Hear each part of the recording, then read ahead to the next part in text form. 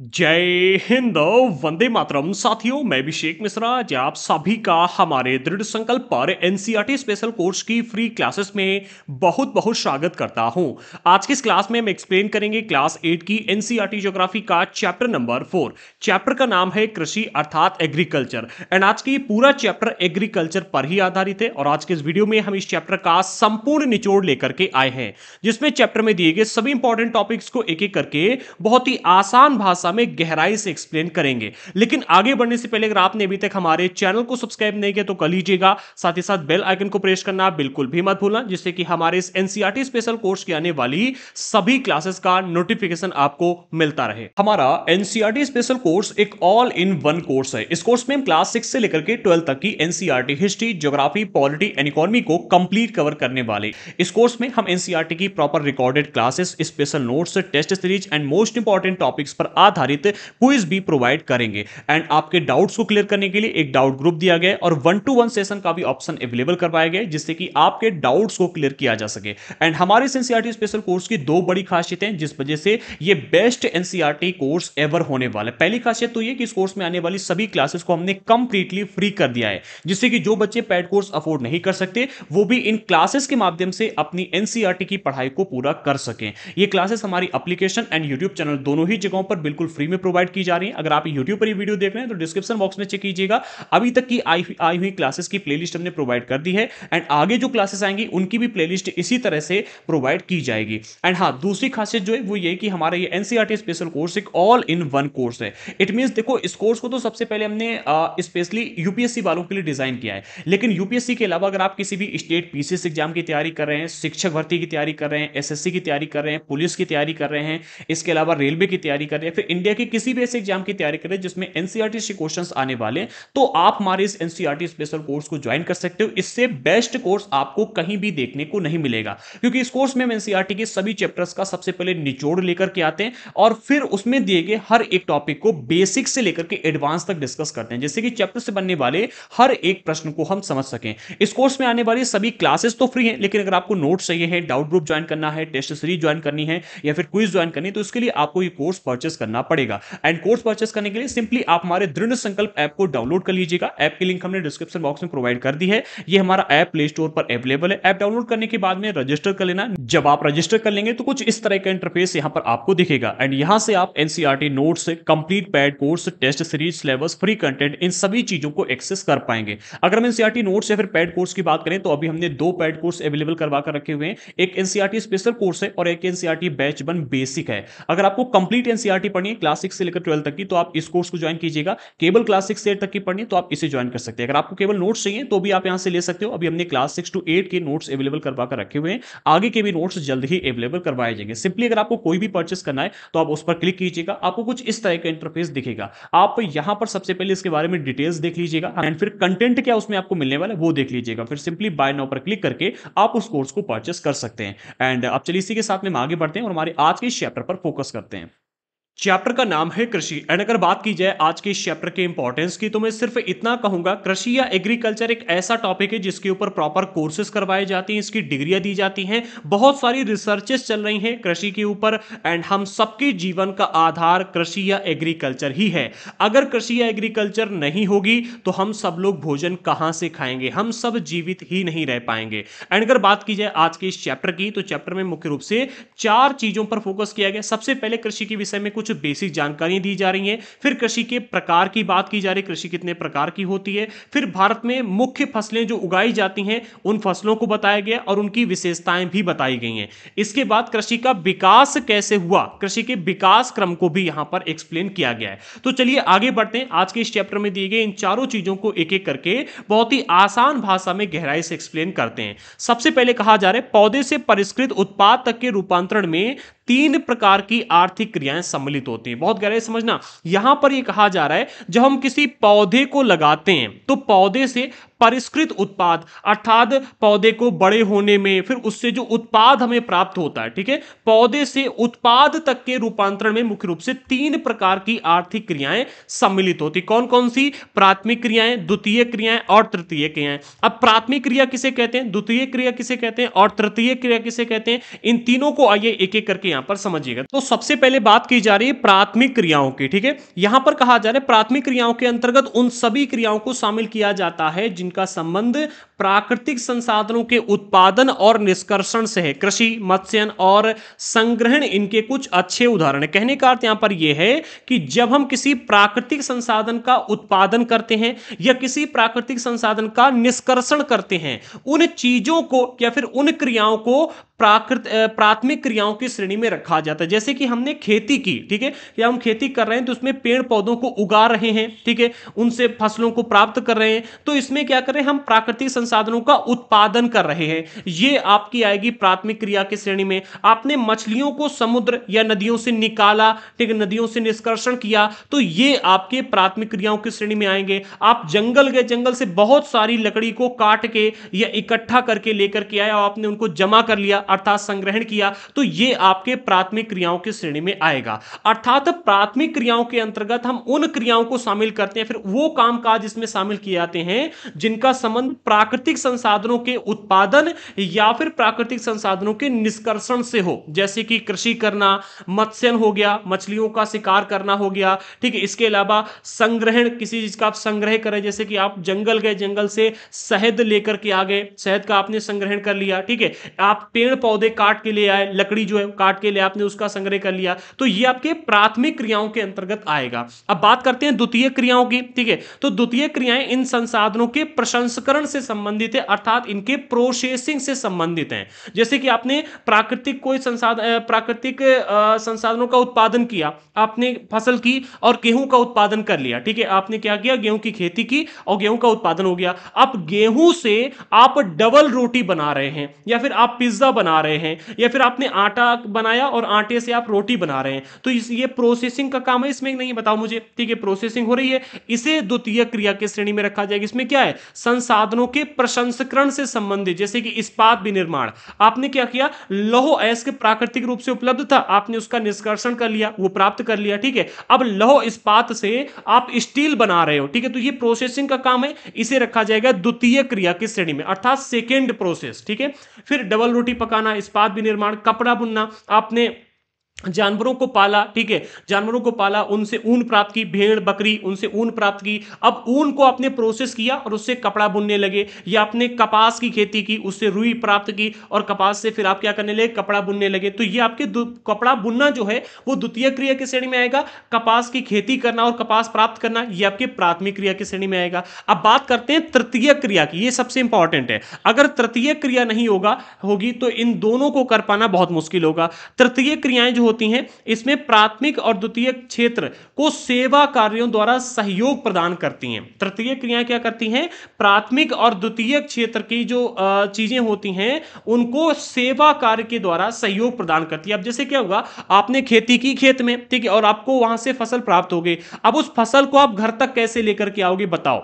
इसमें प्राथमिक क्रिया में तो यही है ना कि भाई फसल को उगाना या प्राप्त करना, ठीक है, उत्पादन करना या निष्कर्षण करना। अब आपने उत्पादन कर लिया, घर तक कैसे लेकर के आओगे, ठीक है, घर में या फिर फैक्ट्री में आप इसको प्रोसेस करोगे तो यहां तक कैसे लेकर के जाओगे। तो जो ले जाने का काम होता है प्रोसेस का, ठीक है भाई, सेवा कार्य, ठीक है, सहयोग देना, ठीक है, तो सहयोग वाले जो कार्य आते हैं वो आपके तृतीय क्रिया के क्षेत्र में है। जैसे कि यातायात हो गया, ठीक है, आपने यहां से उत्पादन किया, यहां से उठाकर यहां तक ले जा रहे, तो यातायात के श्रेणी में आएगा। फिर आपको ये सारे काम करने के लिए पैसे की आवश्यकता होगी, ठीक है, तो बैंकिंग वो भी इसी क्षेत्र में आता है। व्यापार, आप बेच रहे हो, आपने बहुत बड़ी मात्रा में उत्पादन कर लिया, अब उस पूरे का आप क्या करोगे, तो बेच रहे हो, ठीक है, तो ये बेचोगे तभी अर्निंग होगी, आपकी जो अर्निंग होगी तभी आप अन्य उत्पादन कर पाओगे, ठीक है, अन्य प्रोसेसिंग कर पाओगे। तो ये आपके तृतीय क्रिया की श्रेणी में आते हैं। इसके एग्जांपल क्या क्या है, जैसे कि यातायात, व्यापार, बैंकिंग, बीमा, विज्ञापन, ये तृतीय क्रियाओं के उदाहरण कुछ हमें देखने को मिलते हैं, ठीक है। अब आज के इस चैप्टर में हमें मुख्य रूप से प्राथमिक क्रिया पर फोकस करना है। जो द्वितीयक और तृतीय क्रियाएं हैं इनके ऊपर अगले चैप्टर में बात की जाएगी, ठीक है। अगला चैप्टर इसी पर आधारित है। अभी हमारा आज का ये जो चैप्टर है ये प्राथमिक क्रिया पर आधारित है। अब हम बात करते हैं कृषि की, ठीक है। कृषि के बारे में बेसिक जानकारी दी जा रही है, इसको समझ लीजिएगा। फिर हम बात करेंगे कृषि तंत्र की, कृषि के प्रकार की, भारत में उगाई जाने वाली मुख्य फसलों की, और फिर कृषि के विकास की बात करेंगे, ठीक है। तो अगली हेडिंग है कृषि, और इसमें कहा जा रहा है कृषि एक प्राथमिक क्रिया है, मैंने पहले आपको बता दिया। फसलों, फलों, सब्जियों, फूलों का उगाना और पशुधन पालन इसमें शामिल है। कौन कौन सी ये शामिल है? आप फसलों को उगा रहे हैं, फलों को उगा रहे हैं, सब्जियां उगा रहे हैं, फूलों को उगा रहे हैं, या फिर आप जानवरों को पाल रहे हैं, पशुधन, ठीक है, पशुओं को पालना, ठीक है, ये भी आपके प्राथमिक क्रिया की श्रेणी में आता है। विश्व की 50% जो जनसंख्या है, या फिर विश्व में 50% लोग कृषि से ही संबंधित क्रियाओं में संलग्न है। केवल हम विश्व की बात ना करें, अगर भारत की बात करें तो एक टाइम पर कहा जाता था India is a agricultural country, ठीक है, भारत को एक खेतीहर देश कहा जाता था। और आप देखोगे अगर पुराने नोट जो हमारे 5 के आते थे उसमें किसान को एक ट्रैक्टर चलाते हुए बनाया भी गया था। बनाया नहीं गया? बनाया गया। बताओ किस किस के पास 5 का नोट है, कमेंट बॉक्स में बताना, ठीक है। तो विश्व की 50% लोग जो है ये कृषि से संबंधित क्रियाओं में ही लगे रहते हैं, जो कि एनसीईआरटी का डेटा कह रहा है। आगे बढ़ते हैं। भारत की 2/3 जनसंख्या अब तक कृषि पर निर्भर है। भारत में चूंकि आप देखोगे आजकल बहुत सारे बच्चे जो पढ़ लिख जाते हैं वो कृषि करने से बचते हैं। वो कहते हैं भाई हम खेती क्यों करें, हमने इतनी पढ़ाई लिखाई की। मैंने बहुत सारे लोगों को देखा, मेरे ही कुछ ऐसे दोस्त हैं जो काफ़ी पढ़ लिख गए, ठीक है, उन्होंने बीटेक वगैरह कर लिया, ठीक है, और बीटेक वगैरह करने के बाद में आईआईटी से बीटेक उन्होंने किया, एनआईटी से किसी ने किया। अब उनसे जब कहा जा रहा है कि भाई आप खेती पर भी थोड़ा सा ध्यान दो, कुछ लोग ऐसे हैं जिनको कंपनी ने हायर कर लिया था, ठीक है, और हायर करने के बाद भी उनसे कहा गया वो कंपनियां उनको नहीं लेकर गई। अच्छे खासे पैकेज थे, 14-14, 15-15 लाख के पैकेज मिले। मेरा एक दोस्त है उसे मतलब 14 लाख का पैकेज मिला था, और वो फिर कंपनी उसे नहीं ले गई। 2 साल का बॉन्ड भी भरवा लिया था। अब 2 साल बाद वो कहीं का नहीं रह गया, बॉन्ड भी खत्म हो चुका है। तो उससे जब कहा गया कि भाई 50 बीघा के आसपास तुम्हारे पास जमीन है, खेती कर लो, ठीक है, तो खेती नहीं करने को तैयार है। बोला कि नहीं अब तुम किसी एग्जाम को निकालेंगे, ठीक है। तो इस तरह से आजकल देखो जो हमारी नई युवा पीढ़ी है, सिर्फ वही नहीं, मैंने बहुत सारे लोगों से मैं मिला हूं, और अधिकतर लोग जो हैं वो खेती करने से बचते हैं, ठीक है। इसीलिए आप देखो तो खेती करने वाले लोगों की जनसंख्या कम होती जा रही है, ठीक है, जो संख्या है वो कम हो रही है। लेकिन आज भी भारत में 2/3 जनसंख्या जो है वो अब भी कृषि पर ही निर्भर है। अनुकूल स्थलाकृतियां, मृदा, जलवायु कृषि क्रियाकलाप के लिए अनिवार्य है। अच्छा, यहां पर प्रश्न यह भी उठता है कि भाई कहां पर कृषि हो सकती है, इसके कुछ कारक बताइएगा। ऐसे कौन कौन से कारक हैं जो किसी भी स्थान पर कृषि करने के लिए अनिवार्य होते हैं? तो पहला कारक है अनुकूल स्थलाकृति। ऐसा नहीं उबड़ खाबड़ खेती होनी चाहिए, ठीक है, उबड़ खाबड़ स्थलाकृति हो। स्थलाकृति कैसी हो? समतल भूमि होनी चाहिए, ठीक है। अब भाई आप वो पर्वत के ऊपर फ्लैट सरफेस तैयार कर रहे हो या मैदान में कर रहे हो, कहीं भी करो, फ्लैट सरफेस होनी चाहिए, मैदानी भाग जैसा होना चाहिए, ठीक है। दूसरा, मृदा मृदा उपजाऊ होनी चाहिए। ऐसा नहीं भाई मृदा में बिल्कुल भी उर्वरता ही नहीं और आप वहां पर पहुंच के खेती करने, होगी नहीं, फसल ही नहीं उगेगी। फिर जलवायु, वहां की जलवायु बहुत ज्यादा एक्सट्रीम लेवल की कंडीशन नहीं होनी चाहिए, ना बहुत ज्यादा गर्म ना बहुत ज्यादा ठंडी, ठीक है। वहाँ कृषि के लायक जलवायु भी वहाँ पर होनी चाहिए, जिसके बारे में भी आगे और डिटेल में बात करेंगे, ठीक है। तो ये कुछ चीज़ें ऐसी हैं, ये कुछ कारक हैं जो किसी भी स्थान पर कृषि करने के लिए अनिवार्य होते हैं। जिस भूमि पर फसल उगाई जाती है उसे कृषिगत भूमि कहा जाता है। अच्छा, इसको याद रखना, ठीक है, प्रश्न पूछा जा सकता है इस पर है कि कृषिगत भूमि किसे कहते हैं? तो कृषिगत भूमि उसे कहते हैं जहाँ पर खेती की जाती है, फिर जहाँ पर फसल उगाई जाती है, ठीक है। आगे बढ़ते हैं। अच्छा, अगले पॉइंट में एग्रीकल्चर शब्द की उत्पत्ति बताई जा रही है, और ये काफ़ी इंपॉर्टेंट टॉपिक है, इसको थोड़ा गहराई से समझिएगा, ठीक है। थोड़ा सा कंफ्यूजन वाला भी है, तो इसको थोड़ा अपने माइंड से समझने की कोशिश करेंगे तो अच्छी तरह समझ में आ जाएगा। कहा जा रहा है एग्रीकल्चर शब्द की उत्पत्ति लैटिन के 2 शब्दों से हुई। एक है आपका एगर या फिर आप एग्री कह सकते हो, जिसका अर्थ होता है मृदा अर्थात मिट्टी, ठीक है। दूसरा है कल्चर, कल्चर का अर्थ होता है कृषि। अब जो कल्चर इसका अर्थ है कृषि, ये आप याद रखना, ठीक है। अब कल्चर का अर्थ हो गया कृषि, और एगर या फिर एग्री का अर्थ हो गया मृदा या फिर आपका वो मिट्टी, ठीक है। तो मिट्टी में कृषि करना ये आपका खेती कहलाता है, ठीक है। एग्रीकल्चर जो है इसका देखो मिट्टी में खेती करना, मिट्टी में चीजों का उत्पादन करना, ठीक है, मिट्टी की जुताई करना, फसलों को उगाना, या फिर आप पशुपालन कर रहे हो, ठीक है, ये चीजें आपकी एग्रीकल्चर की श्रेणी में आते हैं, ठीक है। अब चूंकि कल्चर शब्द जो है इसका अर्थ ही होता है कृषि करना, और कृषि बहुत सारी चीजों की जाती है। आप रेशम की भी कृषि करते हैं, कहा जाता है मछली पालन, वो भी एक मतलब कृषि के ही क्षेत्र में आता है, ठीक है। तो ये जो कल्चर शब्द है ये सेम ही रहता है। कल्चर के आगे अगर आप एगर या फिर एग्री को हटा करके, इसको हटा करके इसके आगे अगर आप सेरी लगा दोगे, ठीक है, तो ये रेशम की खेती के लिए शब्द बन जाएगा, तो सेरी कल्चर हो गया, ठीक है, समझो इसको। देखो, एग्रीकल्चर ये जो होता है इसको हिंदी में हम कहते हैं कृषि, ठीक है। और इसमें कौन सी चीज़ आती है, तो मृदा की जुताई, अर्थात मिट्टी को आप जोत रहे हो, फसलों को उगा रहे हो, पशुपालन का विज्ञान एवं कला, ठीक है। ये इसे खेती भी कहते हैं, ठीक है। एग्रीकल्चर जो है इसे खेती भी कहते हैं, और एग्रीकल्चर में ये चीज़ें आती हैं, ठीक है, ये चीज़ें आती हैं। लेकिन अगर आप कल्चर के आगे सेरी लगा देते हो, सेरीकल्चर, ठीक है, तो ये रेशम उत्पादन से संबंधित हो जाता है, ठीक है। इसमें रेशम के कीटों का वाणिज्यिक पालन किया जाता है, ठीक है। जो रेशम का उत्पादन होता है उसमें रेशम के कीटों का पालन किया जाता है, फिर वो पूरा जाल ऐसा बुनते हैं, ठीक है। फिर उनको गर्म पानी में डाल करके कीटों को मार दिया जाता है, फिर उससे रेशम का उत्पादन किया जाता है, ठीक है। तो ये आता है आपका सेरीकल्चर की लिस्ट में आता है। ये कृषक की आय में पूरक हो सकता है। कहने का अर्थ ये, जो किसान लोग खेती करते हैं तो खेती के साथ ही साथ ये काम भी कर लेते हैं, सेरीकल्चर भी, ठीक है। तो इसमें होता क्या है कि भाई एक्स्ट्रा आमदनी हो जाती है। फिर कल्चर के अंगे अगर आप पीसी लगा दोगे तो पीसी कल्चर ये मत्स्य पालन में के क्षेत्र में चला जाता है, मत्स्य पालन से संबंधित होता है। विशेष रूप से निर्मित तालाबों और पोखरों में मत्स्य पालन, स्पेशल तालाब या फिर पोखर बनाए जाते हैं, ठीक है, और उनमें मछलियों को पाला जाता है। तो मछली पालन जो होता है इसे पीसी कल्चर कहा जाता है। याद रखना, प्रश्न इसमें आ सकता है कि मछली पालन को निम्नलिखित में से क्या कहा जाता है। प्रश्न पूछ दिया जाएगा, एग्रीकल्चर, सेरीकल्चर, पीसी कल्चर या फिर बीटी कल्चर, हॉर्टिकल्चर, ठीक है। तो आंसर देना आप क्या, पीसी कल्चर, ठीक है। इसी तरह से रेशम पालन का को किस श्रेणी में रखा जाता है, तो सीरीकल्चर, सेरीकल्चर में रखा जाता है। फिर अंगूरों की जो खेती होती है इसको कहा जाता है बीटी कल्चर, ठीक है। हिंदी में इसे कहते हैं द्राक्षा कृषि, याद रखना, ठीक है।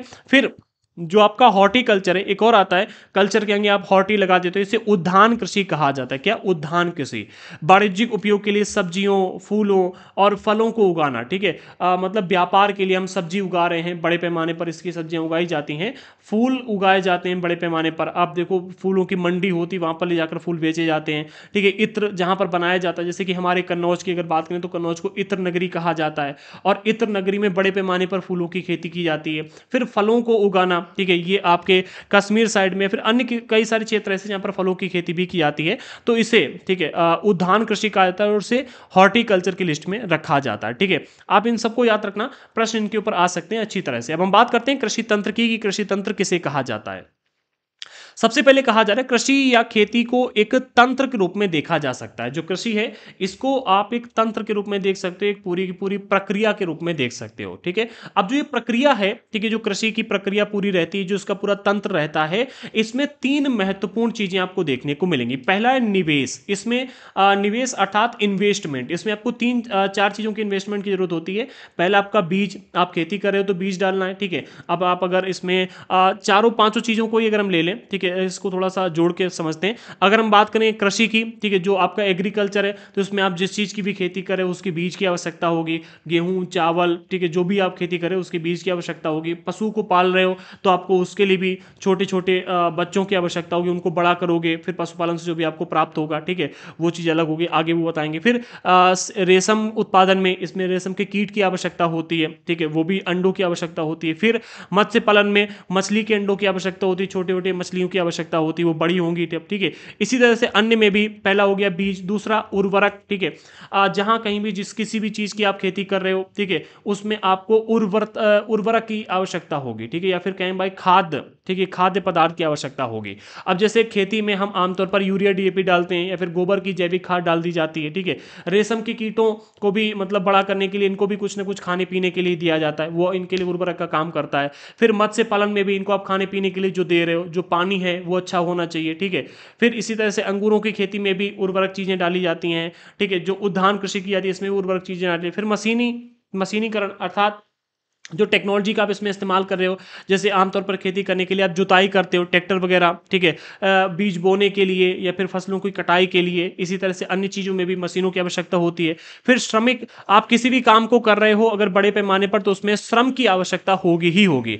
बिना मजदूरों के आप बड़े लेवल पर कोई भी खेती नहीं कर सकते, ठीक है। तो श्रमिक, ये चार चीज़ें इसमें निवेश आती हैं। इसके बाद अगर हम बात करें प्रोसेसिंग में, ठीक है, तो आपने इन्वेस्टमेंट कर दिया। अब इन्वेस्टमेंट के बाद दूसरा आता है संक्रियाएं, अर्थात प्रक्रिया क्या है इसमें, ठीक है। तो जुताई करना पहली प्रक्रिया, फिर बुआई करना, बीज आप डाल रहे हो, ठीक है, सेकंड प्रक्रिया हो गई, फिर सिंचाई करना, उसमें समय पर पानी लगाना, ठीक है, फिर निराई करना, ठीक है, उसकी देखभाल वगैरह करना, ठीक है, और कटाई करना। ये छह हो गए। यहाँ छह प्रक्रियाएं आपको पूरी इसमें देखने को मिलेंगी जो प्रोसेसिंग में होती है किसी भी चीज की खेती करने के लिए।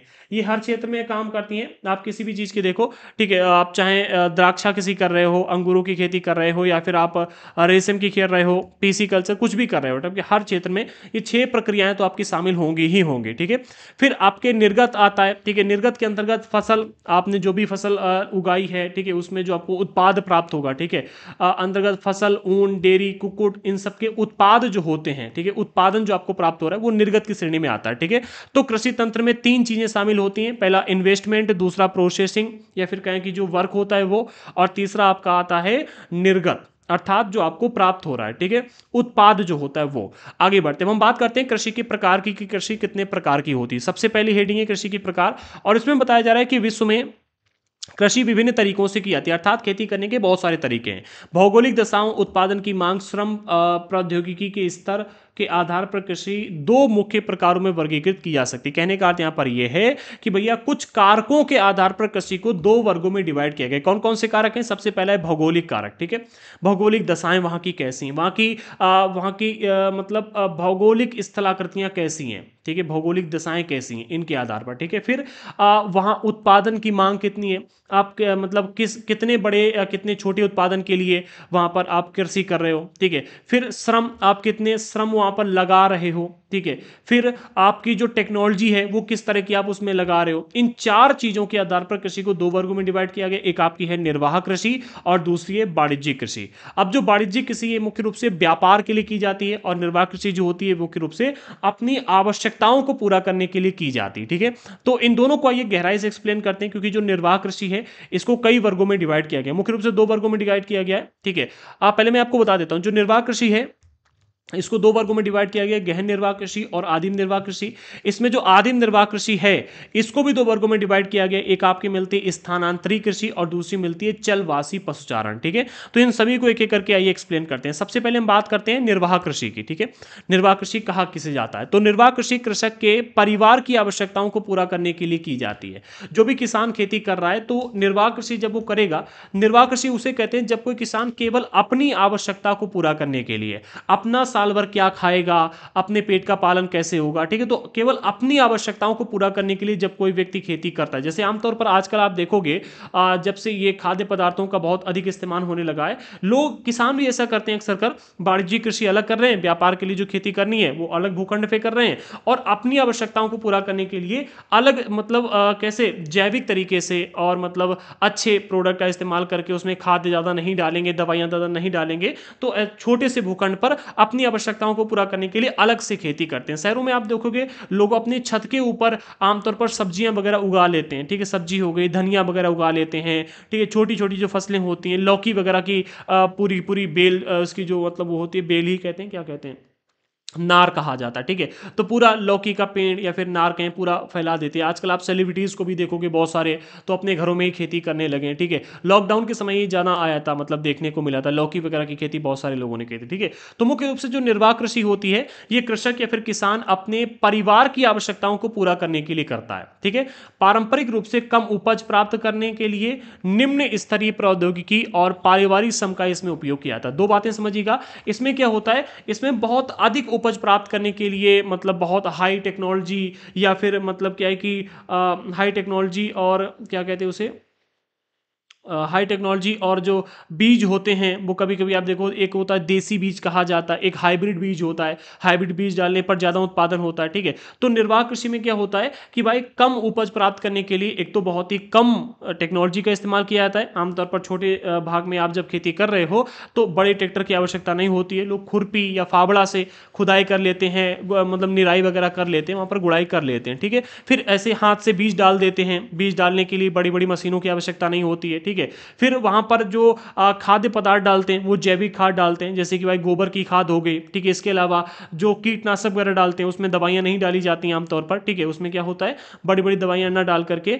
जो प्राकृतिक कीटनाशक है जैसे कि नीम वगैरह का बना करके डालते हैं, ठीक है। ऐसा होता है। बेसिकली कहने का अर्थ यहाँ पर यह है कि जब निर्वाह कृषि की जाती है तो इसमें पारंपरिक रूप से कम उपज प्राप्त करने के लिए निम्न स्तरीय प्रौद्योगिकी का इस्तेमाल किया जाता है और पारिवारिक श्रम, कई सारे लेबर लगा करके इसमें काम नहीं करवाया जाता है, खुद ही लोग अपना काम कर लेते हैं। निर्वाह कृषि को दो वर्गों में डिवाइड किया गया, एक आपको मिलता है गहन निर्वाह कृषि, दूसरा आदिम निर्वाह कृषि। अब आइए इन दोनों को एक एक करके एक्सप्लेन करते हैं कि गहन निर्वाह कृषि किसे कहा जाता है और आदिम निर्वाह कृषि किसे कहते हैं। तो पहले बिंदु में कहा जा रहा है, अगले बिंदु में मुख्य रूप से, हाँ, गहन निर्वाह कृषि के बारे में बताया जा रहा है। इसमें किसान एक छोटे भूखंड पर साधारण औजारों और अधिक श्रम से खेती करता है। होता क्या है, गहन निर्वाह कृषि में बहुत अच्छी गहन निर्वाह कृषि अर्थात मेहनत से उसी में पूरी तरह से लग करके, ठीक है, क्या छोटे छोटे औजारों से बहुत बड़े छोटे भूखंड पर, ठीक है, बहुत बड़े भाग पर नहीं, छोटे से इलाके में, छोटे भूखंड, छोटे जमीन के ऊपर साधारण औजारों के द्वारा, जैसे कि मैंने भी आपको बताया, बहुत बड़ी बड़ी मशीनों का इस्तेमाल नहीं करेंगे, ठीक है। साधारण तौर पर अपने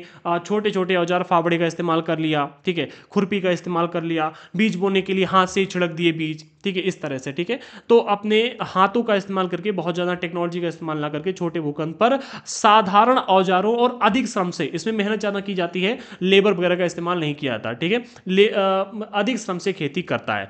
चावल मुख्य फसल इसकी श्रेणी में आता है, ठीक है। अन्य फसलों में गेहूं, मक्का, दलहन अर्थात दालें जो आती हैं, फिर तिलहन अर्थात तिल वगैरह, ये चीजें इसमें शामिल होती हैं, ठीक है, जो मुख्य रूप से लोग अपनी आवश्यकताओं को पूरा करने के लिए उगाते हैं।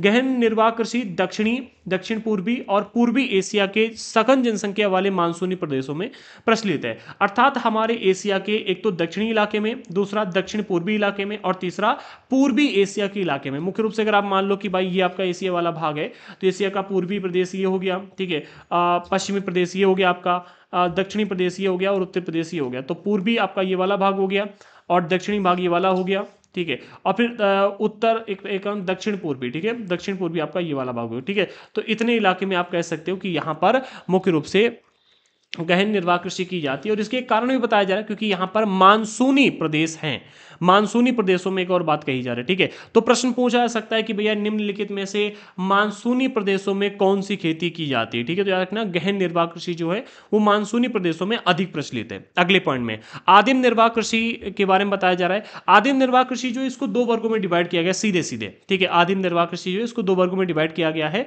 एक आपको मिलती है स्थानांतरित कृषि, जिसके बारे में हम बार बार आपको बता चुके हैं, क्लास 6, 7 और एनसीईआरटी में बताया था, हिस्ट्री में भी बताया था। ये मुख्य रूप से जो वनों में लोग स्थानांतरित कृषि करते हैं, ठीक है, उसी की बात यहां पर की जा रही है। दूसरा चलवासी पशुचारण, चलवासी पशुचारण अर्थात पशुओं को चराना, ठीक है, पशुओं को चराने के लिए जो करते हैं ना, वो भी इसी श्रेणी में आता है। तो इन दोनों के एक करके एक्सप्लेन करते हैं। सबसे पहले हम बात करते हैं स्थानांतरित कृषि की, ठीक है। पहले बिंदु में कहा जा रहा है स्थानांतरित कृषि अमेजन बेसिन के सघन वन क्षेत्रों, ठीक है, उष्ण कटिबंधीय अफ्रीका, दक्षिण पूर्वी एशिया, उत्तर पूर्वी भारत के भागों में प्रचलित है। कौन कौन से चार वर्ग आपको दिखाए जा रहे हैं, चार इलाके। एक अमेजन बेसिन के सघन वन क्षेत्र, बेसिकली आप इतना समझ लीजिएगा कि जो स्थानांतरित कृषि होती है मुख्य रूप से वन क्षेत्रों में की जाती है, ठीक है, वन क्षेत्रों में। स्थानांतरित कृषि कैसे की जाती है ये ऑलरेडी हम आपको, हाँ, क्लास 8 के एनसीईआरटी में भी पिछले चैप्टर में बता चुके हैं। आई थिंक चैप्टर नंबर 1 में ही आपको बताया था, नहीं, क्लास 7 में बताया था, ठीक है, क्लास 7 के एनसीईआरटी ज्योग्राफी में बताया था। एक बार फिर से बता देना, जैसे कि एक बहुत बहुत बड़ा जंगल का भूखंड है ये, ठीक है, भूखंड है। अब इसमें बहुत सारे पेड़ पाए जा रहे हैं, ठीक है, बहुत सारे पेड़ लगे हुए हैं। अब इनमें से इतने इलाके को साफ कर लिया जाएगा, यहाँ के पेड़ों के ऊपरी भाग को काट दिया जाएगा, घास फूस सब निकाल कर जला दी जाएगी।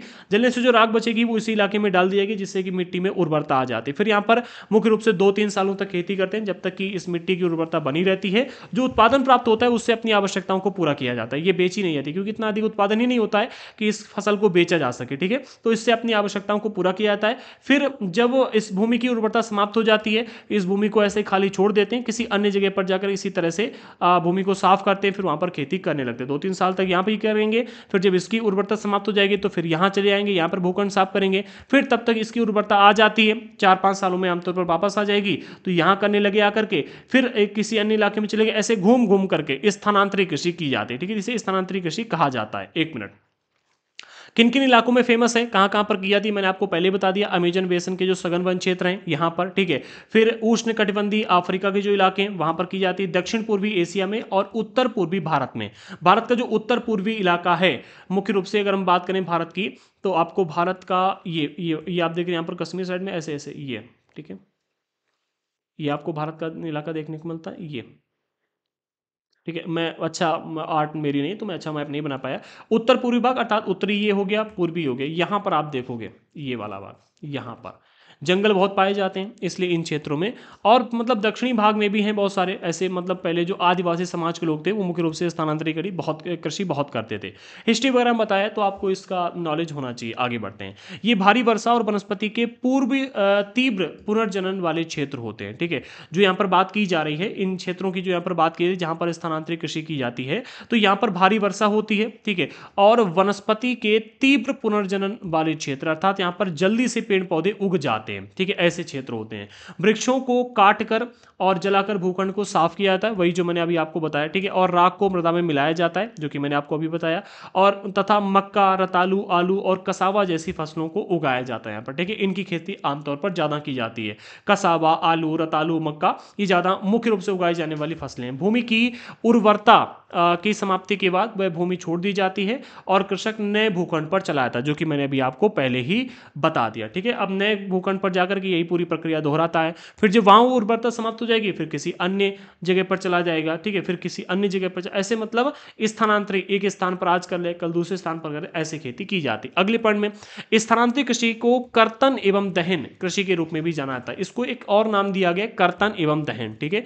तो इसको भी आप याद रखना, इसका एक नाम है। प्रश्न इस पर आ सकता है कि निम्नलिखित में से स्थानांतरित कृषि को और किस नाम से जाना जाता है, तो कर्तन एवं दहन नाम से जाना जाता है, ठीक है। या कर्तन एवं दहन कृषि को और किस नाम से जाना जाता है, तो स्थानांतरित कृषि के नाम से जाना जाता है। अगले पॉइंट में बताया, एक विशेष बात यहां पर दी जा रही है कि स्थानांतरित कृषि विश्व के विभिन्न भागों में विभिन्न नामों से भी जानी जाती है। जो ये स्थानांतरित कृषि है ये केवल कर्तन और दहन नाम से ही नहीं जानी जाती है। जब आप विश्व के विभिन्न क्षेत्रों में जाओगे तो अलग अलग क्षेत्रों में अलग अलग नामों से भी इसे जाना जाता है। जैसे कि उत्तर पूर्वी भारत में झूमिंग कहा जाता है, ठीक है, झूमिंग, ठीक है। घुमंतु कृषि भी कहा जाता है, जूमिंग भी कहा जाता है, मैंने हिस्ट्री में आपको बताया, ठीक है। फिर मैक्सिको में इसे मिलिया कहा जाता है, ब्राजील में रोका कहा जाता है, मलेशिया में लदांग कहा जाता है, ठीक है। तो ये चार अन्य नाम है इसके, आप इनको याद रखना। और एक और मैंने आपको बता दिया क्या, घुमंतु कृषि, ठीक है, घुमंतु कृषि भी एक हो गया, ठीक है। आगे बढ़ते हैं। अब हम बात करते हैं चलवासी पशुचारण की, ठीक है। ये भी काफी इंपॉर्टेंट है और हमारे भारत में काफी ये भी मतलब प्रसिद्ध है।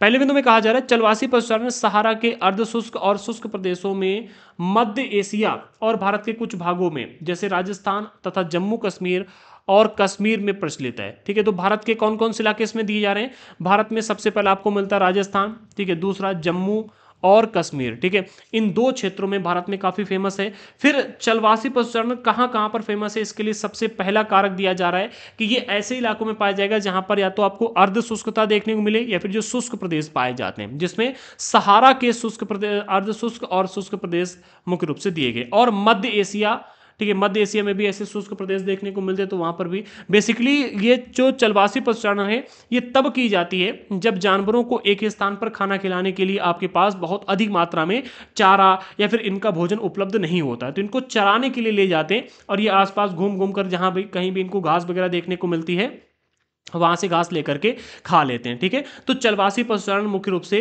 कहा जा रहा है भैया अर्ध शुष्क और शुष्क प्रदेशों में ज्यादा फेमस होती है, ठीक है। आगे बढ़ते हैं। हाँ, इसमें भी बताया जा रहा है सारा के अर्ध शुष्क और शुष्क प्रदेशों में मध्य एशिया, ठीक है, और भारत के कुछ भागों जैसे कि राजस्थान और जम्मू और कश्मीर में ये प्रचलित है।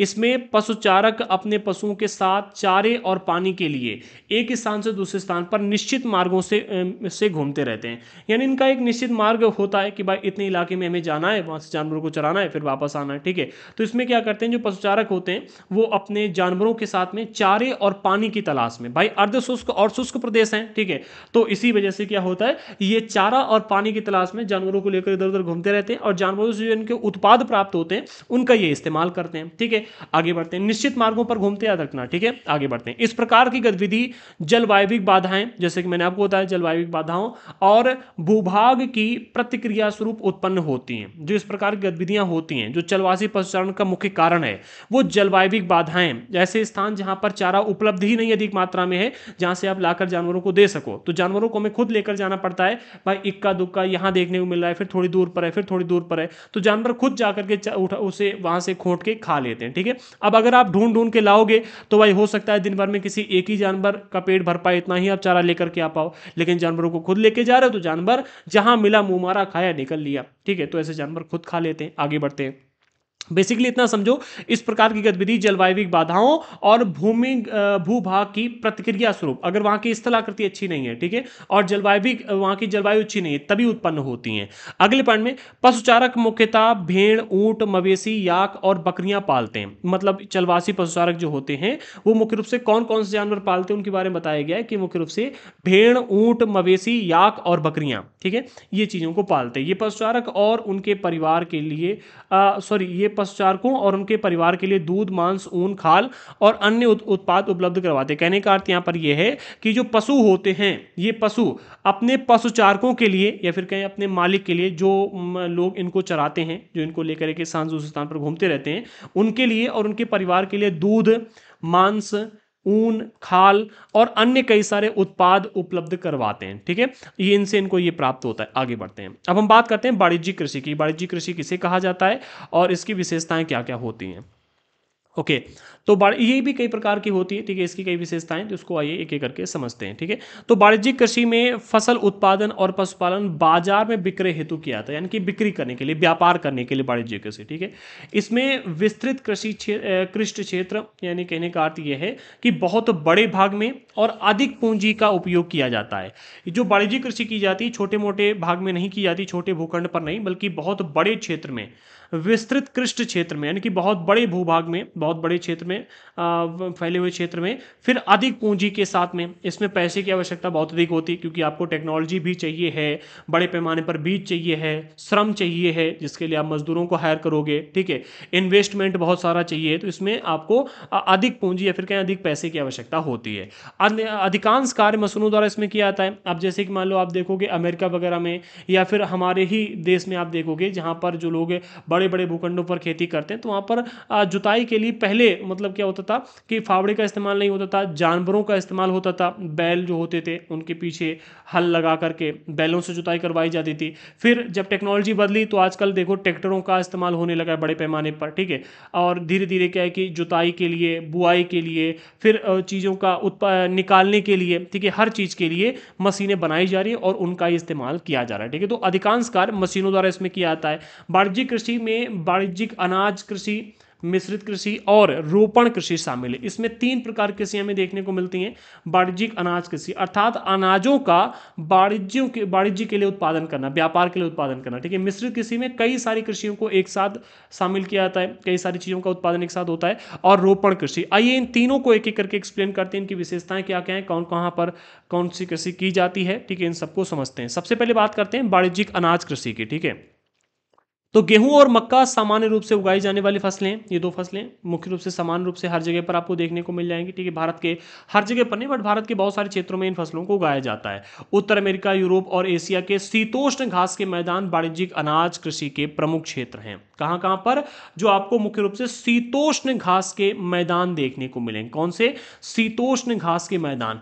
इन क्षेत्रों में आपके उत्तर अमेरिका के कई सारे भाग आते हैं, यूरोप का बहुत बड़ा इलाका आता है, एशिया का भी बहुत बड़ा इलाका देखने को मिलता है। स्पेशली हमारे भारत में मुख्य रूप से गेहूं और मक्का की फसल बहुत बड़े पैमाने पर की जाती है। ठीक है, और भारत में भी अगर हम बात करें तो जो आपका वो पंजाब वाला भाग है, पंजाब में गेहूं का उत्पादन बहुत बड़े पैमाने पर होता है। ठीक है, तो उत्तर अमेरिका, यूरोप और एशिया के शीतोष्ण घास के जो मैदान है, इन तीनों ही मतलब महाद्वीपों में जो शीतोष्ण घास के मैदान है, वहां पर वाणिज्यिक अनाज कृषि मुख्य रूप से की जाती है। ठीक है, ये क्षेत्र सैकड़ों हेक्टेयर के बड़े फार्मों से युक्त विरल आबादी वाले होते, अर्थात यहां पर जनसंख्या कम होती। विरल आबादी का अर्थ है जनसंख्या कम, और बहुत बड़े बड़े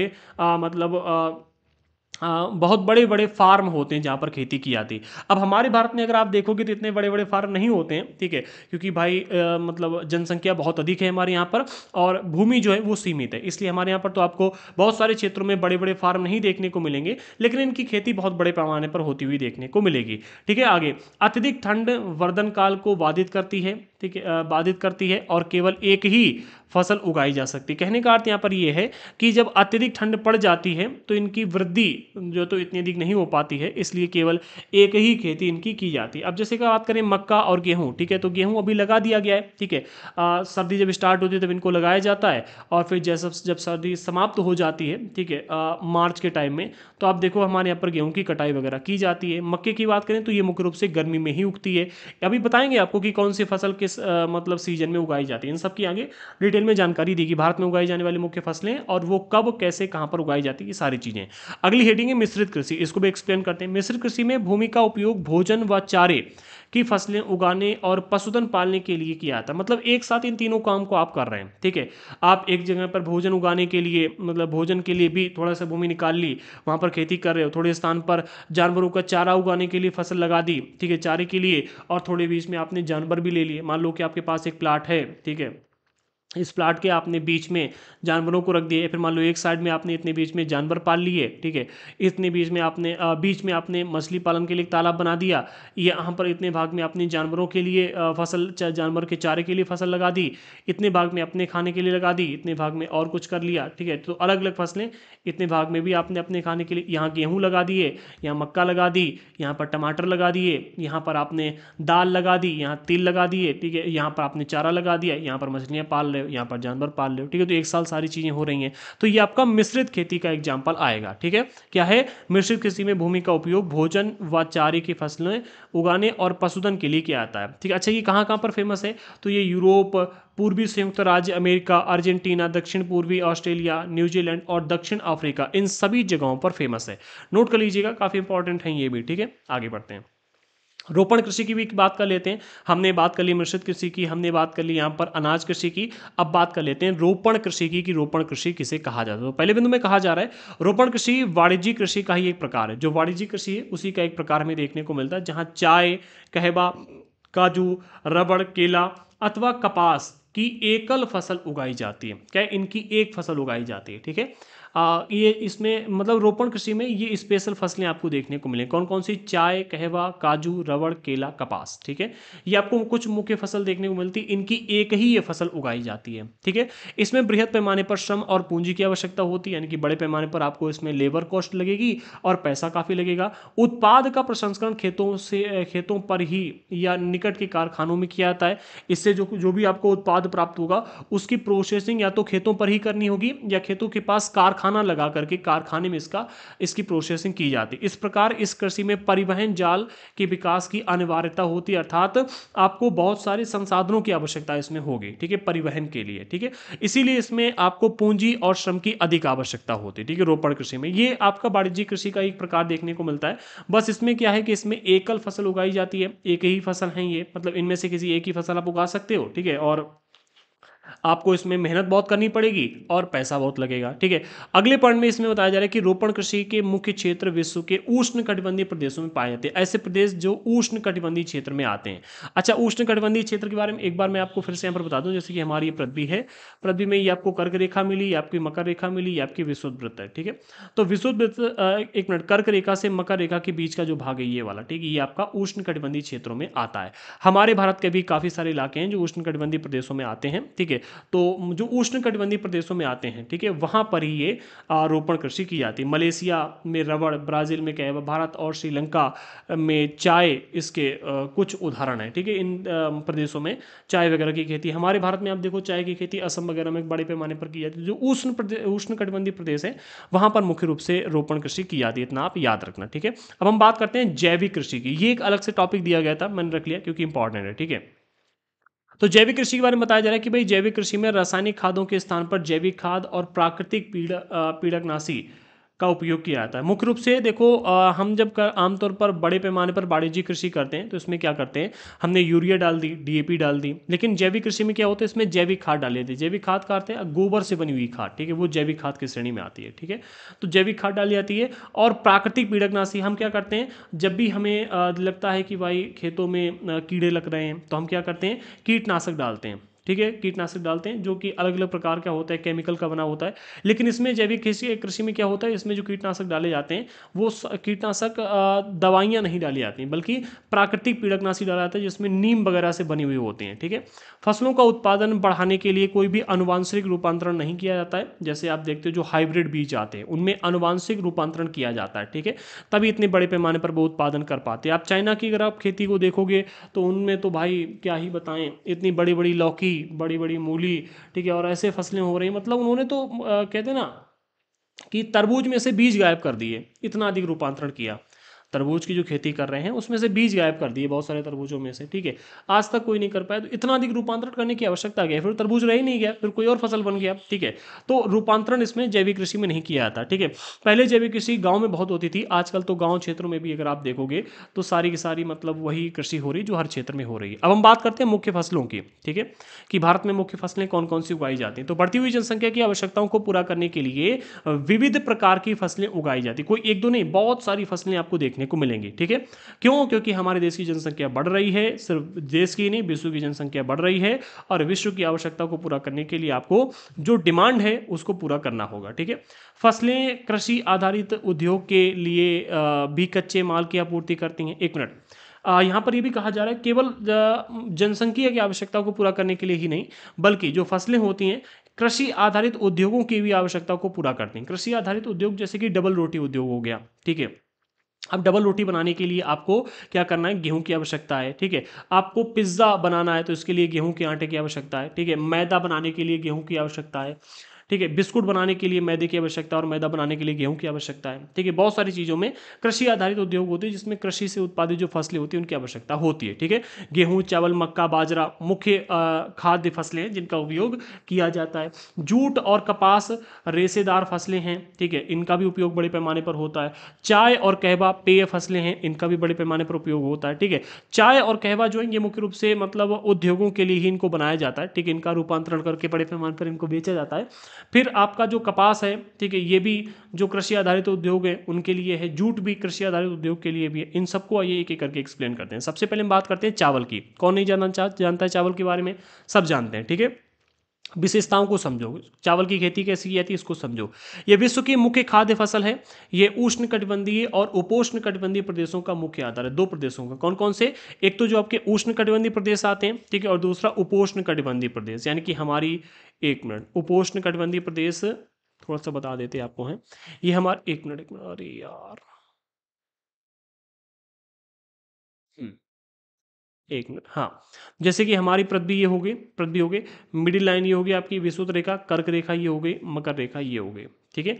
अब कर्क रेखा से मकर रेखा के बीच का जो इलाका है इसको कहा जाएगा क्या, उष्ण कटिबंधीय, ठीक है। लेकिन यहां से यहां का 20 डिग्री से 30 डिग्री का जो भाग है ये वाला, ठीक है, इसको उपोष्ण कटिबंध के क्षेत्र में रखा जाता है। इसी तरह से यहाँ पर भी 20 डिग्री से 30 डिग्री का भाग, ठीक है, इसको रखा जाएगा उपोष्ण कटिबंध में, ठीक है। आगे बढ़ते हैं, आगे बढ़ते हैं, हाँ। तो ये उष्ण कटिबंधीय और उपोष्ण कटिबंध प्रदेशों का मुख्य आहार है। इन क्षेत्रों में चावल का बहुत बड़े पैमाने पर उपयोग किया जाता है, याद रखना, ठीक है। आगे, चावल के लिए उच्च तापमान, अधिक आर्द्रता एवं वर्षा की आवश्यकता होती है। क्या क्या चीजें चाहिए, सबसे पहला आपको उच्च तापमान चाहिए, हाई टेम्परेचर, ठीक है। जैसा कि आप देखो पश्चिम बंगाल वगैरह साइड में खेती ज़्यादा की जाती है, पश्चिम बंगाल, उत्तर प्रदेश, बिहार, ठीक है। इसके अलावा आपका कौन सा, पंजाब वाला एरिया, ठीक है। इन क्षेत्रों में चावल की खेती बड़े पैमाने पर की जाती है, ठीक है, क्योंकि इन सभी क्षेत्रों में उच्च तापमान, अधिक आर्द्रता और वर्षा, ये तीनों ही चीज़ें बड़े पैमाने पर उपलब्ध है। वर्षा की आवश्यकता इसलिए क्योंकि वर्षा पानी देती है, ठीक है, पानी की बहुत आवश्यकता होती है चावल में। ये फसल चीका युक्त जलोढ़ मृदा जिसमें जल रोकने की क्षमता हो में सर्वोत्तम ढंग से बढ़ती है। आजकल तो कृत्रिम रूप से जल बड़े बड़े पैमाने पर रोक दिया जाता है, ठीक है, भर दिया जाता है। तो जिन क्षेत्रों में जल उपलब्धता अच्छी खासी होती है वहाँ पर ये खेती अच्छी तरह से हो जाती है, ठीक है। चीन चावल उत्पादन में अग्रणी है। इसके बाद क्रमशः भारत, जापान, श्रीलंका और मिस्र आते हैं। ये 4 देश भी हैं, ठीक है। चीन, भारत, जापान, श्रीलंका और मिस्र, ये 5 देश आपको ऐसे देखने को मिलते हैं जहां पर सबसे अधिक चावल का उत्पादन किया जाता है, और इन सभी में चीन सबसे आगे है, ठीक है। अनुकूल जलवायु दशाओं जैसे पश्चिम बंगाल और बांग्लादेश में एक वर्ष में से 2 से 3 फसलें उगाई जाती हैं, ठीक है। अगर आपको जहाँ पर अनुकूल जलवायु दशाएं देखने को मिल रही हैं, ठीक है, जैसे कि वहाँ पर आपको एक मिनट, कौन कौन सी थी, उच्च तापमान मिल रहा है, अधिक आर्द्रता मिल रही है और वर्षा भी अधिक हो रही है, तो अगर अनुकूल दशाएं हैं तो अनुकूल दशा होने पर एक साल में कई बार चावल की फसल की जा सकती है। लेकिन उत्तर प्रदेश वगैरह में अगर आप देखोगे तो एक साल में एक ही बार इसकी खेती की जाती है। मुख्य रूप से मई जून के आसपास इसकी फसल लगाई जाती है, और दिवाली तक आते आते, ठीक है, दिवाली से पहले, दिवाली से काफ़ी पहले अक्टूबर तक आते आते इस फसल का जो उत्पादन होता है वो प्राप्त हो जाता है, ठीक है। आगे बढ़ते हैं, हम बात करते हैं गेहूं की, ठीक है।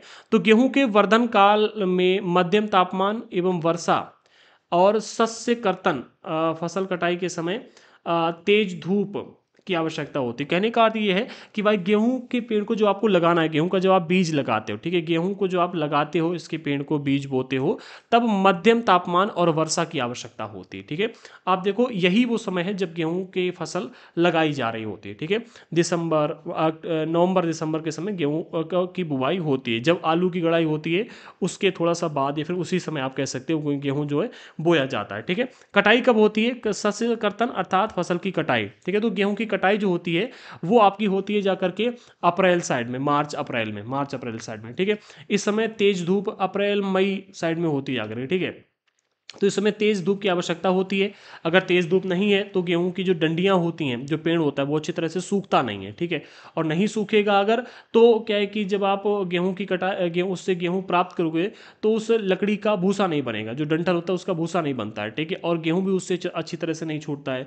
तो गेहूं अच्छी तरह से छूट जाए इसलिए पेड़ सूखने की आवश्यकता है, और पेड़ तभी सूखेगा जब तेज धूप होगी, ठीक है। तो तेज धूप की आवश्यकता होती है। इसका विकास सुअपवाहित दोमट मृदा में सर्वोत्तम ढंग से होता है, अर्थात गेहूं की फसल अच्छी तरह से वहां पर की जा सकती है जहां पर सुअपवाहित दोमट मृदा हो, ठीक है। दोमट मृदा जहां पर होती है, सुअपवाहित दोमट मृदा होती है, वहां पर अच्छी तरह से गेहूं की फसल की जा सकती है।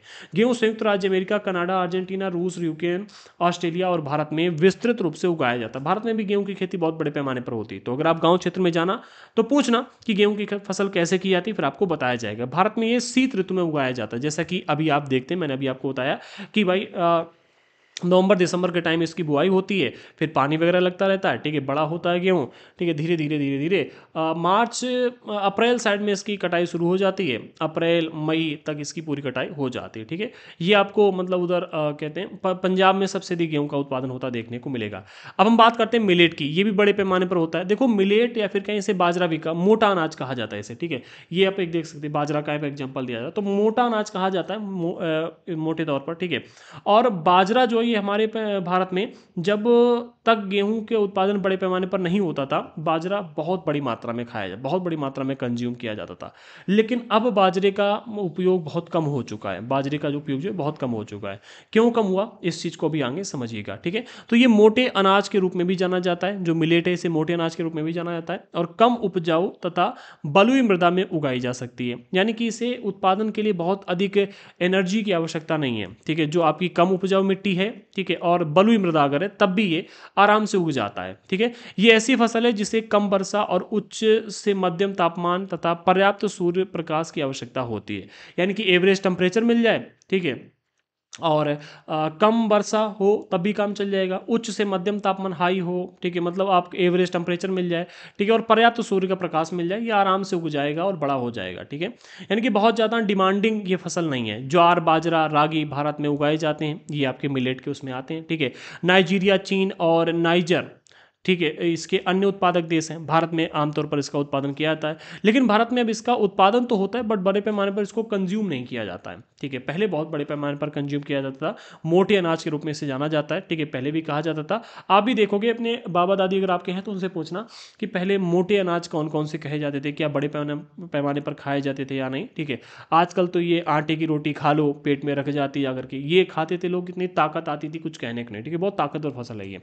अगला है मक्का। अब मक्का को भी समझो, ठीक है। इसके लिए मध्यम तापमान, वर्षा और अधिक धूप की आवश्यकता होती है। आमतौर पर हमारे यहाँ पर ये बरसात और गर्मी के टाइम पर होती है। पहले बरसात के टाइम पर ही होती थी, ठीक है, लेकिन हमारे यहाँ के वैज्ञानिकों ने क्या किया, इसके बीज में आनुवांशिक रूपांतरण किया, ठीक है, थोड़ा सा चेंजमेंट किया और चेंजमेंट करके गर्मी के टाइम पर भी इसके उत्पादन की मतलब वो दर कर दी, ठीक है। अब इसे हम लोग गर्मी में भी इसका उत्पादन करते हैं और बड़ी मात्रा में होता है। अब बरसात में कम होता है और गर्मी में ज़्यादा किया जाता है मक्के की फसल की आदि, ठीक है।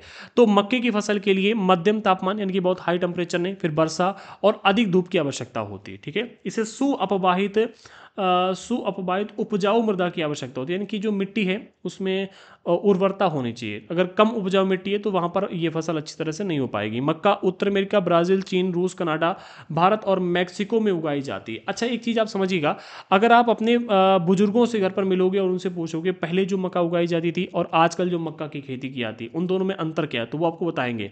पहले जो मक्का की खेती की जाती थी वो मक्का बिल्कुल अलग ही थी, हमने उस देसी मक्का को खाया है इसलिए मैं बता रहा हूँ, ठीक है। आजकल तो देसी मक्का का बीज ही गायब कर दिया गया, ठीक है। वो ना तो बहुत ज़्यादा डिमांडिंग थी और बहुत जल्दी उसकी फसल भी हो जाती थी, बहुत अच्छी फसल थी वो, ठीक है, और खाने में भी बहुत अच्छी लगती थी। ये मक्का खाते हैं, जो मक्का अब फसल उगाई जाती है हाइब्रिड बीज आ गए हैं, ये बहुत ख़राब हैं, ठीक है। इनको खाओगे उनको खाओगे, आप कहोगे तो कूड़ा खिलाया जा रहा है आपको, जो अब मक्के के बीज आ रहे हैं। मैंने वो मक्के खाई है, वो उस मक्के की फसल को मतलब चखा है जो देसी मक्का होती है, ठीक है। तो देसी मक्का अलग होती है, ठीक है। अब तो हाइब्रिड मक्का आ चुकी है। पूर्वजों अपने मतलब बाबा दादी से पूछना कि पहले जो मक्का होती थी वो कैसी थी, ठीक है। तो मक्के की फसल भारत में होती है मुख्य रूप से। भारत के अलावा उत्तर अमेरिका, ब्राज़ील, चीन, रूस, कनाडा, ये और देश है, मैक्सिको भी है, इन देशों में की जाती है। अच्छा, एक चीज़ और समझिएगा, जो अमेरिका वगैरह के देश हैं वहाँ पर जो मक्के की खेती की जाती है, जो उत्पादन प्राप्त होता है उसको कहते हैं कि भाई लोग सुअरों को खिलाते हैं मक्का, ठीक है, बड़े पैमाने पर, और सुअरों का मीट पैक करके बहुत हाई प्राइस पर बेचते हैं, ठीक है। ऐसा वहाँ पर व्यापार किया जाता है, ठीक है। और हमारे वहाँ पर भी मक्के का उपयोग तो होता है, बट इसलिए नहीं होता। मक्के को लोग हमारे यहाँ पर अलग अलग तरह से खाना पसंद करते हैं। आगे बढ़ते हैं। मक्का को कॉर्न के नाम से भी जाना जाता है, ठीक है, किस नाम से, कॉर्न के नाम से जाना जाता है।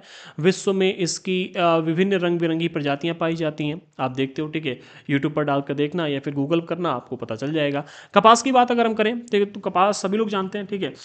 कई बार हम आप कपास के बारे में आपको बता भी चुके हैं। इसके बारे में कहा जा रहा है इसकी वृद्धि के लिए उच्च तापमान, हल्की वर्षा और तेज चमकीली धूप की आवश्यकता होती है। तीन चीज़ें, एक तो आपको हाई टेम्परेचर चाहिए है, उच्च तापमान, दूसरा हल्की वर्षा, ठीक है, बहुत ज़्यादा नहीं बट हल्की वर्षा चाहिए, तीसरा आपको चमकीली धूप चाहिए। इन तीन चीज़ों की आवश्यकता होगी तभी आप कपास का उत्पादन कर पाएंगे। ये काली और जलोढ़ मृदा में सर्वोत्तम उगती है, ठीक है। जलोढ़ मृदा यानी कि जिसमें पानी की अधिक मात्रा हो, ठीक है, जलोढ़ मृदा, जलोढ़ मृदा, हाँ ऐसी, ठीक है। चीन, संयुक्त राज्य अमेरिका, भारत, पाकिस्तान, ब्राजील और मिस्र कपास के अग्रणी उत्पादक हैं। ये सूती वस्त्र उद्योग के लिए एक महत्वपूर्ण कच्चा माल है। जो सूती वस्त्र उद्योग होते हैं उनके लिए कच्चा माल कहा जाता है, ठीक है। आगे बढ़ते हैं। अब बात करते हैं पटसन की, जिसे सुनहरा रेशा या फिर जूट भी कहा जाता है, ठीक है। तो इसको भी समझो, पटसन, इनको सुनहरे रेशों के नाम से जाना जाता है। ये जलोढ़ मृदा में अच्छे ढंग से विकसित होता है और इसे उच्च तापमान, भारी वर्षा और आर्द्र जलवायु की आवश्यकता होती है। तीन चीज़ें, एक हाई टेम्परेचर, दूसरा हाई वर्षा, ठीक है, पानी की बहुत अधिक आवश्यकता है, ठीक है, जलोढ़ मृदा चाहिए, इसके साथ ही साथ बरसात भी खूब होनी चाहिए और आर्द्र जलवायु यानी कि आसपास उमस बनी रहनी चाहिए, ठीक है, तभी इसका उत्पादन अच्छी तरह से हो पाएगा, ठीक है। ये फसल उष्णकटिबंधीय क्षेत्रों में उगाई जाती है। भारत और बांग्लादेश पटसन के अग्रणी उत्पादक है। पटसन ये आप देख सकते हो, ठीक है। जूट सभी लोग जानते हैं, जूट, ठीक है, जूट की पहले रस्सियाँ आती थी, अब रस्सियाँ आना बहुत कम हो गई। इसकी एक खासियत होती है, जूट की जो रस्सी आती थी पहले, उसकी खासियत थी कि वो जितना पानी में भींगती थी उतनी मजबूत होती जाती थी, ठीक है। पानी में भिंगा दो तो और अधिक मजबूत, ठीक है। आप देखोगे आमतौर पर बोरे वगैरह जो बोरे आते हैं, ठीक है, सरकारी राशन की दुकान पर, वो जूट के बने हुए होते हैं, उसी को कहा जा रहा है, ठीक है। सुतली आती है, सुतली भी जूट की बनी हुई होती है, ठीक है।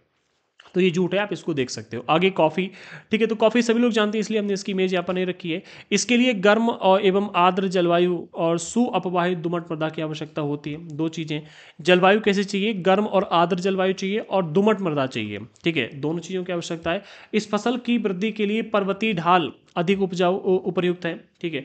ढाल वाले क्षेत्रों में जिससे कि पानी बहुत बड़ी मात्रा में रुके ना, ठीक है, पर्वतीय ढाल की आवश्यकता होती है। ब्राज़ील कॉफ़ी का अग्रणी उत्पादक है। इसके पश्चात कोलंबिया और भारत, ठीक है, कोलंबिया और भारत भी है, ठीक है। इसके अलावा ब्राज़ील जो है वहाँ पर सबसे अधिक इसका उत्पादन किया था। अच्छा, एक प्रश्न बनता है कि आखिरकार कॉफ़ी का जन्म कहाँ से हुआ, कैसे कॉफ़ी की पहचान की गई, ठीक है, इसकी खोज कैसे हुई। तो कॉफ़ी के पौधे की खोज के बारे में भी बताया जा रहा है, इसको भी समझ लो। लगभग 850 ईस्वी में, अर्थात हाँ 850 ईस्वी सही है, 850 ईस्वी यानी कि आज से कितने साल पहले, 1150, हाँ आज 1175 साल पहले आज से काल्दी नाम का एक अरबवासी था जो बकरी चराने वाला था, यानी कि बकरी चराया करता था। ठीक है, जैसे हम लोग गांव में जब जाते हैं तो देखो कि गांव के बहुत सारे बच्चे बकरी चराया करते हैं। ठीक है, तो ऐसे ही ये भी बकरी चराया करता था। क्या नाम था इसका? काल्दी, याद रखना। ठीक है, अपनी बकरियों की अनोखी उछल कूद और हरकतों को देखकर परेशान था। उसने देखा कि बकरी है, एक पौधा खाती है। ठीक है, फिर मतलब एकदम से उछल कूद करने लगती है और हरकतें अलग उसकी हो जाती हैं। ठीक है, एक दिन उसने भी उस सदाहरित पौधे की फलियों को चक्कर देखा। जब उसने देखा कि बकरी यार बड़ा एकदम से खाती है तो उसके अंदर मजे में हो जाती है, तो हम भी इसे खाएंगे। ठीक है, फिर उसने क्या किया, उसने भी उस पौधे को चक्कर देखा जिन्हें उसकी बकरी प्रतिदिन खाया करती थी। ठीक है, जो बकरी पौधा खाती थी उसको उसने भी खाया। जब उसने खाया तो वो आनंद से भर गया। ठीक है, उसने आनंद के भाव का अनुभव करने के बाद अपनी खोज के विषय में संसार को बताया। तब उसे पता चला कि ये तो कितना अच्छा स्वादिष्ट पौधा है। फिर उसने अपने आसपास के इलाकों को बताया, धीरे धीरे पूरे इलाके में बात फैल गई। फिर उसने पूरे विश्व को बताया कि भाई ये एक पौधा है जिसको खा करके आनंद की प्राप्ति होती है। फिर धीरे धीरे खोज हो गई कि भाई हाँ ये तो कॉफ़ी है, इसको नाम दिया गया। ठीक है, आगे अब हम बात करते हैं चाय की। ठीक है, तो बागानों में उगाई जाने वाला ये एक पेय फसल है। ठीक है, बागानों में इसकी खेती की जाती है चाय की। इसकी कोमल पत्तियों की वृद्धि के लिए ठंडी जलवायु और वर्ष भर समवितरित उच्च वर्षा की आवश्यकता होती है। ठीक है, वर्षा अधिक होनी चाहिए और ठंडी जलवायु होनी चाहिए। ठीक है, वर्षा जो हो वो समवितरित यानी कि लगभग मतलब होती ही रहे, ऐसे समझो। ठीक है, होती ही रहे लगातार। ठीक है, इसके लिए सुअपवाहित दोमट मृदा और मंद ढाल की आवश्यकता होती है। कैसी? दोमट मृदा होनी चाहिए। ठीक है, सुअपवाहित दोमट मृदा और मंद ढाल, जिससे कि पानी जो बरसे वो रुके ना, बह जाए। ठीक है, मंद ढाल। ठीक है, अगर बहुत ज़्यादा पानी रुक जाएगा तो पेड़ की जड़ें जो है वो सड़ सकती हैं। ठीक है, तो पानी बहुत अधिक रुके ना और बह जाए। आगे बढ़ते हैं, अब हम बात करते हैं कृषि की, कृषि के विकास की, कि भैया कृषि का विकास कैसे हुआ। तो पहले बिंदु में कहा जा रहा है कृषि विकास का संबंध बढ़ती जनसंख्या की बढ़ती मांग को पूरा करने के लिए कृषि के उत्पादन को बढ़ाने की दिशा में किए जाने वाले प्रयासों से है। ये कई तरीकों से प्राप्त किया जा सकता है। अब यहाँ पर कहने का अर्थ ये है कि भैया कृषि का जो विकास हो रहा है या फिर कृषि के विकास की जो बात की जा रही है, ये विश्व की बढ़ती जनसंख्या की मांगों को पूरा करने के लिए उत्पादन को बढ़ाने की दिशा में जो कदम उठाए जा रहे हैं उनसे है। कृषि के विकास का जो संबंध है ये कृषि के उत्पादन को बढ़ाने की दिशा में जो कदम उठाए जा रहे हैं उन कदमों के प्रयासों से है। ठीक है, अच्छा ये कई तरीकों से प्राप्त किया जा सकता है जो कृषि का विकास है या फिर उत्पादन बढ़ाने की जो मांग की जा रही है। ठीक है, डायरेक्टली कहने का अर्थ ये कि कृषि का विकास उत्पादन को बढ़ाने की जो मांग की जा रही है उससे संबंधित है। ठीक है, अब उत्पादन की मांग को आप कई तरीकों से बढ़ा सकते हो। जैसे एग्जाम्पल के रूप में बोए गए क्षेत्र में विस्तार करके आप अगर एरिया बढ़ा दो तो कृषि का विकास हो जाएगा। ठीक है, बोई जाने वाली फसलों की संख्या बढ़ा करके आप कई सारी फसलें उगा दो तो कृषि का विकास हो जाएगा। सिंचाई सुविधा में सुधार करके पानी की आवश्यकता है, जहाँ पर पानी उपलब्ध नहीं है तो आप वहाँ पर सिंचाई सुविधाएं उपलब्ध करवा दो, या जो अच्छी नहीं है तो सुधार करवा दो। ठीक है, फिर उर्वरकों और उच्च उपज देने वाले बीजों का प्रयोग करके जो खाद है। ठीक है, इसके अलावा ऐसे बीज जो हमें उच्च उपज दे सकें, जैसे कि आज के टाइम पर आप देखो सभी लोग क्या करते हैं, हाइब्रिड बीज का इस्तेमाल करते हैं जिससे कि उत्पादन अधिक होता है। ठीक है, तो उच्च उपज देने वाले बीजों का इस्तेमाल करके और उर्वरकों अर्थात खाद्य पदार्थों का इस्तेमाल करके यूरिया, डीएपी, एनपीके, इनका उपयोग लोग बड़े पैमाने पर करते हैं जिससे कि उत्पादन को बढ़ाया जा सके। कृषि का मशीनीकरण भी कृषि के विकास का एक अन्य पहलू है। ठीक है, आप मशीनों का उपयोग अधिक करो। जब अच्छी जुताई करोगे तो उसमें पेड़ अच्छी तरह से जम पाएगा, लग पाएगा। ठीक है, फसल भी अच्छी होगी। ठीक है, तो मशीनीकरण भी इसका एक अन्य पहलू है। कृषि के विकास का चरम लक्ष्य खाद्य सुरक्षा को बढ़ाना है। जो खाद्य सुरक्षा, खाद्य पदार्थ अर्थात गेहूं, चावल वगैरह। ठीक है, और इनको मतलब इनका अधिक उत्पादन करना ही कृषि के विकास का चरम लक्ष्य है। ठीक है, खाद्य सुरक्षा बढ़ाना अर्थात भोजन की उपलब्धता को बढ़ाना। अगला पॉइंट, कृषि का विकास विश्व के विभिन्न भागों में विभिन्न गतियों से हुआ है। ऐसा नहीं कि भाई हर क्षेत्र में कृषि का विकास एक समान दर से चलता है, विभिन्न क्षेत्रों में।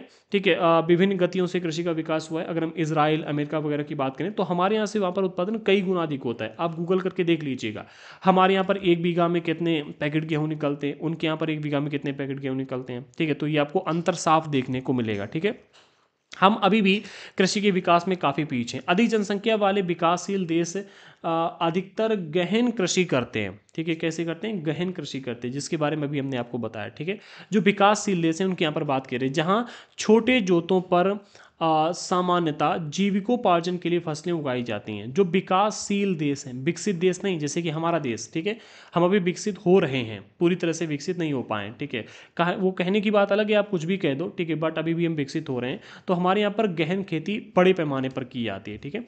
बड़ी जोतों वाणिज्यिक कृषि के लिए अधिक उपयुक्त, बड़े जोते कहने का अर्थ यहाँ पर है कि बड़े बड़े भूखंड जहाँ पर आप बड़े पैमाने पर एक साथ कृषि कर सकें, तो बड़ी जोतें वाणिज्यिक कृषि के लिए अधिक उपजाऊ होती हैं, जैसे संयुक्त राज्य अमेरिका, कनाडा और ऑस्ट्रेलिया, ठीक है। तो यहाँ पर बड़े बड़े भूखंड पाए जाते हैं जहाँ पर एक साथ बड़े पैमाने पर खेती की जाती है। तो ये जो बड़े जोते होते हैं ये मुख्य रूप से वाणिज्यिक कृषि के लिए, व्यापार के लिए खेती अगर आप करें तो उसके लिए अधिक उपयुक्त होते हैं। छोटे छोटे भूखंडों पर खेती अगर आपको करना है तो ये आपकी गहन निर्वाह कृषि के ही लिस्ट में आएगा। और हमारे भारत में भी मुख्य रूप से गहन निर्वाह कृषि ही की जाती है। उसी में से जो थोड़ा बहुत बच जाता है उसको फिर बेच दिया जाता है, बाकी हम लोग अपने उपयोग के लिए रख लेते हैं। विभिन्न क्षेत्रों में होता है, लेकिन फिर भी अगर हम देखें कहीं ना कहीं तो भारत के कई सारे ऐसे क्षेत्र हैं जहाँ पर वाणिज्यिक कृषि भी की जाती है, जो कि आपको मुख्य रूप से कहाँ पर देखने को मिलेंगे, पंजाब हरियाणा के क्षेत्र में देखने को मिलेंगे। इसी के साथ हमारा आज का ये चैप्टर कंप्लीट होता है। अगर आपने अभी तक हमारे चैनल को सब्सक्राइब नहीं किया तो कर लीजिएगा, साथ ही साथ टेलीग्राम पर जरूर ज्वाइन कर लेना। अगर आपने ऐप डाउनलोड कर लिया, टेलीग्राम पर करो ना करो कोई फर्क नहीं पड़ता, ऐप पर हम सारी जानकारियाँ देते रहते हैं। ऐप पर अगर आपने ऐप डाउनलोड नहीं किया तो कर लीजिएगा। ऐप पर नोट्स वगैरह अवेलेबल हैं, टेस्ट सीरीज बहुत ही बेहतरीन आ रही है, तो उनको आप अगर चाहें तो नोट्स परचेस कर सकते हैं, टेस्ट सीरीज को ज्वाइन कर सकते हैं। एंड अगर आप कंप्लीट एनसीईआरटी को पढ़ना चाहते हैं तो हमारे कोर्स को जरूर ज्वाइन करें। एंड हाँ, पिछले वीडियो में कमेंट आया था कि सर डेली 3 से 4 क्लासेस लेकर के आइएगा, थोड़ा सा और वेट कर लो, ठीक है, ज़्यादा नहीं कर पाऊंगा, ठीक है, मुश्किल से मुश्किल 4 से 5 दिन और, इसके बाद आप लोग तैयार हो जाइएगा, डेली 4 से 5 क्लासेस ही आएंगी, ठीक है। मुझे पता है कि ऑलरेडी हमारी क्लासेस जो है ऑलरेडी बहुत लेट हो चुकी हैं, बट कुछ ऐसी चीज़ें आ जाती हैं कभी कभी जो मतलब हमें पीछे कर देती हैं। कुछ रीजंस हुए थे, जैसे कि हमारा चैनल हैक हुआ था, इसके अलावा कुछ बीमारियां भी आ गई थी, ठीक है। और फिर हमारा ये पहला कोर्स था तो मैं इसमें बिल्कुल भी पहला पेड कोर्स ही लेकर के आया था, तो इसलिए मैं नहीं चाहता हूँ बिल्कुल भी कि मेरे द्वारा ऐसा कंटेंट आपको दिया जाए जो उतना अधिक उपयोगी ना हो, उसमें क्वालिटी अच्छी ना हो। तो मैं बेटर क्वालिटी प्रोवाइड करने के लिए मतलब इसमें अधिक टाइम दे रहा हूँ, ठीक है। क्वालिटी के साथ कंप्रोमाइज़ नहीं कर सकता, अन्यथा अभी तक तो मैं क्लासेस सारी कंप्लीट कर चुका होता, ठीक है। क्वालिटी अच्छी मिले, मात्र मेरा यही एक लक्ष्य है, ठीक है। भले ही अब थोड़ा सा लेट हो जाए बट क्वालिटी अच्छी देंगे, इसीलिए अभी तक टेस्ट सीरीज नहीं आई है। टेस्ट सीरीज में ऑलरेडी क्लास 6 और 7 की हिस्ट्री की कंप्लीट कर चुका था, बना ली थी, बट मैंने वो अपलोड नहीं की क्योंकि मैंने जो टेस्ट सीरीज बनवाई थी, कुछ लोगों का मैंने उसमें हेल्प लिया था, वो अच्छी तरह से बना नहीं पा रहे थे। फिर मैंने जितनी भी अभी तक टेस्ट सीरीज अवेलेबल थी उन सभी को देखा, उनसे सीखा, और फिर टेस्ट सीरीज जो हम बना रहे हैं अब, ऐसी आपको कहीं भी देखने को नहीं मिलेगी। आजकल के एग्जाम्स में जिस तरह के प्रश्न आते हैं, ठीक है, उसको हम टारगेट कर रहे हैं। भाई प्रश्न को बहुत घुमा के पूछा जाता है आज के टाइम पर, ठीक है। एग्जाम्स आते हैं उसमें देखो जरा प्रश्न कैसे पूछे जा रहे हैं, ठीक है। और जीएस एक ऐसा टॉपिक है जिससे लगभग 60% हर एग्जाम में प्रश्न आते हैं, ठीक है। तो मतलब हमें जो एनसीईआरटी हम आपको यहाँ पर दे रहे हैं ना, मैं ऐसी एनसीईआरटी दूंगा कि भाई ऐसी आज तक किसी ने प्रोवाइड नहीं की। ऐसी टेस्ट सीरीज दूंगा कि आप कहीं भी चले जाओ, ठीक है, ऐसी टेस्ट सीरीज आपको देखने को ही कहीं नहीं मिलेगी। Number 1 test series, number 1 classes, number 1 notes मैं आपको प्रोवाइड कर रहा हूं। थोड़ा सा टाइम लग रहा है, इसके लिए मुझे माफ कीजिएगा। मात्र 4 से 5 दिन की देरी और है, इसके बाद डेली 4 से 5 ही क्लासेस आएंगी, ठीक है। तो मिलते हैं अगले वीडियो के साथ में। एंड हाँ, हमारा जो अगला चैप्टर रहेगा वो है उद्योग, ठीक है। मैंने आपको बताया था कि जो द्वितीय क्रियाएं हैं और जो तृतीय क्रियाएं हैं उनके बारे में अगले चैप्टर में पढ़ेंगे, तो आपको उद्योग में देखने को मिलेंगे। इसमें द्वितीय क्रिया की बात की गई और तृतीय क्रियाएं भी इसी में बताई जाएंगी, ठीक है। तो इसको आप देखिएगा, कल इसका वीडियो आएगा। मिलते हैं अगले वीडियो के साथ में, तब तक के लिए जय हिंद साथियों।